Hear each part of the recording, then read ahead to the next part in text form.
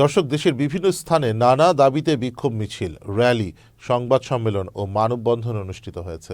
প্রতিনিধিদের পাঠানো তথ্য ও ছবিতে দেখুন ডেস্ক রিপোর্ট। গণহত্যায় জড়িত থাকার অভিযোগে শেখ হাসিনার বিচারের দাবিতে নারায়ণগঞ্জের সিদ্ধিরগঞ্জে যুবদল নেতা ইব্রাহিমের নেতৃত্বে বিক্ষোভ মিছিল অনুষ্ঠিত হয়েছে। শুক্রবার বিকেলে সিদ্ধিরগঞ্জের সিমরাইল মোড় থেকে শুরু হয়ে বিক্ষোভ মিছিলটি কাশপুরি ইউটার্ন হয়ে আটি গ্রামে গিয়ে শেষ হয়। খুলনার পাইকগাছায় বারুলি ইউনিয়নের চেয়ারম্যান আবুল কালাম আজাদের পদত্যাগ এবং তার ছেলে এসপি তরিকুল ইসলামের শাস্তির দাবিতে বিক্ষোভ ও মানববন্ধন করেছে এলাকাবাসী। শনিবার ছাত্র জনতার উদ্যোগে আয়োজিত এ কর্মসূচিতে সভাপতিত্ব করেন ছাত্র সমন্বয়ক ইব্রাহিম।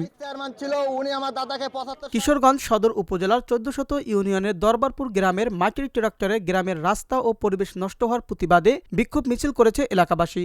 শনিবার দুপুরে মাটি নেয়ার ট্রাক্টর আটক করে বিক্ষোভ মিছিল করে এলাকার সাধারণ মানুষ। কুষ্টিয়ার কুমারখালী প্রেস ক্লাবের প্রতিষ্ঠাতা সাংবাদিক বকুল চৌধুরীকে ঘোড়ায় চড়িয়ে সংবর্ধনা প্রদান করা হয়েছে। কুমারখালী প্রেস ক্লাবের ৪১ বছর পূর্তি উপলক্ষে শনিবার এ আয়োজন করা হয়। ময়মনসিংহের হালুয়াঘাটে চেয়ারম্যান ইউনুস আলী খানের বিরুদ্ধে অপপ্রচার এবং সোনাই বিল নিয়ে ষড়যন্ত্রের প্রতিবাদে মানববন্ধন ও বিক্ষোভ মিছিল করেছে ইউনিয়নবাসী। শনিবার সকালে উপজেলার সাকুয়ায় ইউনিয়নে মানববন্ধন ও বিক্ষোভ মিছিল অনুষ্ঠিত হয়। এই মহল বিভিন্নভাবে ব্রাহ্মণবাড়িয়ার সরাইল উপজেলার সৈয়দটুলা গ্রামের মৃত মোহাম্মদ ইসমাইল মিয়ার সম্পত্তি দখলের প্রতিবাদে সংবাদ সম্মেলন করেছেন তার মেয়ে ভুক্তভোগী মোসাম্মদ আমেনা খাতুন। শনিবার দুপুরে সরাইল প্রেস ক্লাব মিলনায়তনে লিখিত বক্তব্য পাঠ করেন তিনি। Abu Naim Shah, channel S, news desk.